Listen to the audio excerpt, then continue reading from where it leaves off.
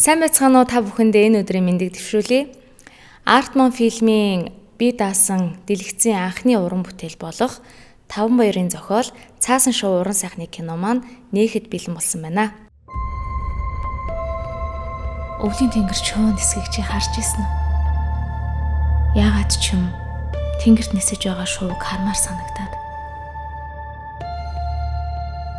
Даанч намгүм салхигүй тэнгэр цаасан шоу нисдэг юм байна. Хэрвээ модоггүй намайг дутахад би амжаад очиж гсэн бол. За юуны өмнө Артман фильмийн уран бүтээл залуучуудаа баярснаа илэрхийлье. Энэхүү бүтээлдээ намайг урьж оролцуулсан явдалд миний хувьд бол энэ нэр төрийн хэрэг байлаа. Учир нь бол энэ бүтээлийг хийж байгаа Артман продакшны залуучууд бол үнэхээр бас шижигэнсэн бүтээлж киноныхаа ажилд бол нэлээд туршлагатай бас олон сайхан бүтээлээр үзэгч олноо баярлуулах ирээдүйд ийм сайхан залуу уран бүтээлчтэй хамтарч ажилласандаа баяртай байна. За Артман студийн залуучуудтайгаа дүүнартайгаа энэ өвөл нэгэн шинэ уран бүтээл дээр хамтран ажиллалаа. Тэгээд залуучуудын зүгээр надад ажиглагдсан юм юу вэ гэхээр бага маш сайн бүрдүүлж чадсан, маш эрч хүчтэй, тэгээд маш мэдрэмжтэй залуучууд санагдсан.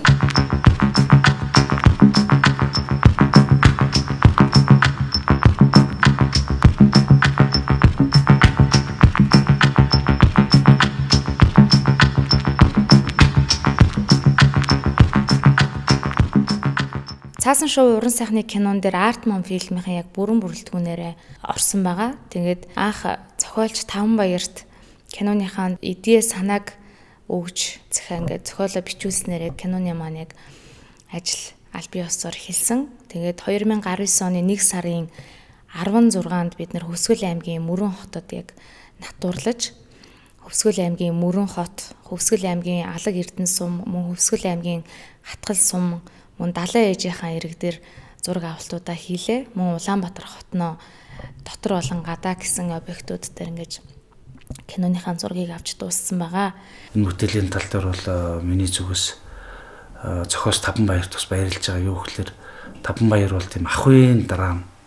Тэр зэмээ энэ киноны төрлийн хувьд бол жанрын хувьд бол эмэгтэй хүний дотоод тэр сэтгэл зүйг ахуйн нөхцөл байдалтай нь уялдуулж гаргаж зохиол болгосноор нэлээ онцлогтой гэж би болоодоо бодож байгаа. Зохиолч эмэгтэй амьдралдаа алдаж оноод бүдэрч босоод явж явах хугацаанд тэр эмэгтэй хүний тэр төвчээр тэр эмэгтэй хүний хатан байдал гэдэг юм уу тууштай тэр өөрийнхөө үн цэнийг алдахгүй тэр тэмцэж байгаа амьдралд тэр тэмцлийг энэ хүү кино зохиолоор Таван Баяр гаргахыг эрмэлзсэн. Энийг бол манай Оюкал энэ төр дээр надад бол яагаад ч гол төр Оюкал гэнэ гэсэн зохиолыг уншихад бол Оюкал харагдчихсан. Тэгэхээр тэгэд манай Оюкал энэ киногаараа бас дэсрэлт хийх баха үзэгч олон дундаа өөрөнгөсөн өнгө төрхтөө өөрөнгөсөн арга барилтай уран бүтээлч гэдгээ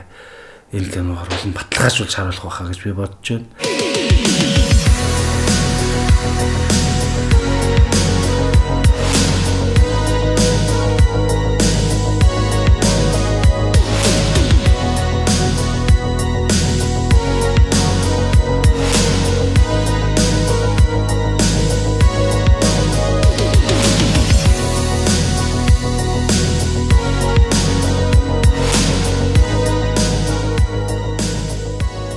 Артман студиудтай хамт анх удаага хамтарч ажилласан. Тэгээд багийн хувьд, найруулагчдын хувьд маш их туршлагатай залуучууд байсан. Тэгээд тэд нартай хамтарч ажиллахад бол гар нийлнэ гэж ярьдаг шүү дээ. Гар нийлэн хамтарч ажилласандаа бол ер нь таатай байна. Миний хувьд Анхаа гэдэг киноны продюсинг хийдэг компанид ажилладаг тийм менежер залуугийн төр дээр ажилласан байгаа. Амьдралд илүү тийм их хөнгөн хийсвэр ханддаг тийм залуугийн төр байсан. Тэгээд зохиолч удвалтай гол дүрийн эмэгтэй болох удвалтай уучраад тэрний амьдралын түүхийг сонсоод тэрнтэй ярилцахад эргүүлээд би өөрөө хэн блэ анхаа гэж өөрөө яг хэн блэ би өмнө нь юу хийж исэн блэ гэдэг дээрээс тэр дүрийн хамгийн том эргэлт явж байгаа. Өмнө нь болохоор яг арт мөний залуучуудтай бас яг ондоо нэртэй ондоо студ байхад нь бол 2-3 уран бүтээл дээр яг ажиллаж байсан. Тэгээ яг гүйцэтгэлийн баг, найруулгын баг бүх багууд нь ингээ маш мэрэгжлийн өндөр түвшинд ямар ч хий байхгүй. Одоо бас яг ерөнхийдөө бол эдитинг нь бас яг тэгж байгаа болов уу гэж би бас хувьдаа бол тийм ерөнхийдөө 100% баталгаатай тэгж бодож явж байгаа. Маш ер нь бол чанартай баг. Залуучууд нэ янз бүрс шүү дээ. Туслах залуучууд маань үнэхээр мундаг ус. Хараал өмнөөс нь хараал яа. Мундаг байсан тэр хар хүүтэн ч гэж одоо үнэхээр л хүүтэн баамж хаас 40 50 хүрж байгаа газар чинь тэгэл туслахууд дээр чинь кинод ч одоо үүрэгдэж байгаа юм. Тэгээ туслахууд маань маш мундаг байсан. Тэгээ маш зохион байгуулалттай, маш эмгцэгцтэй байсан. Тэгээ бүгдэнд нэ баярлалаа гэж хэлмээр байна. Залуучуудаа баяр хүргэе. За энэ кинон дээр бол Төмрөө Ирхмээ гээд хоёр найзтайгаа хамтдаа анхудаа бас дэлгэцсэн уран бүтээл хамтдаа тоглолоо. Тэгэхээр бид гурийн дөрвийн хувьд гэх юм бол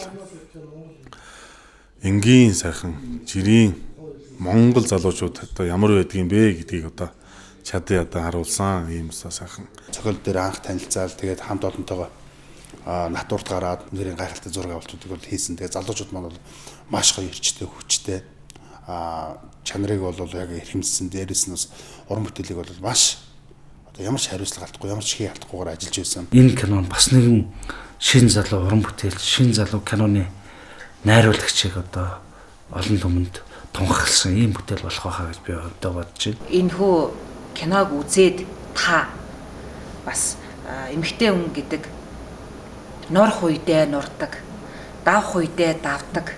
Ямар их ачааг нуруунд дээрээ үүрдэг юм бэ? Ямар ачаа үүрж яваагаа та өөрөө мдээгүй яваа юм бэ ч гэдэг юм уу те.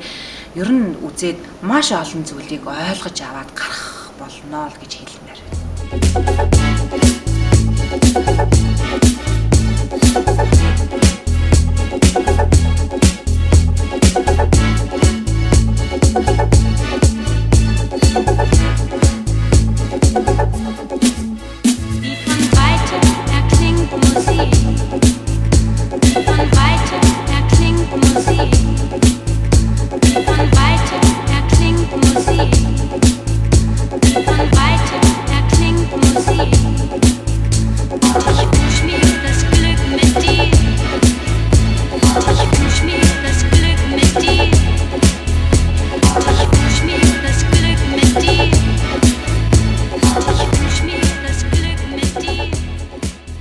За цаасан шоу уран сайхны кинонд би сэтгэл зүрхээрээ ингэж хамтарч ажилласан бүхий л хувь хүмүүс болон албан байгууллагуудтай маш их баярлалаа.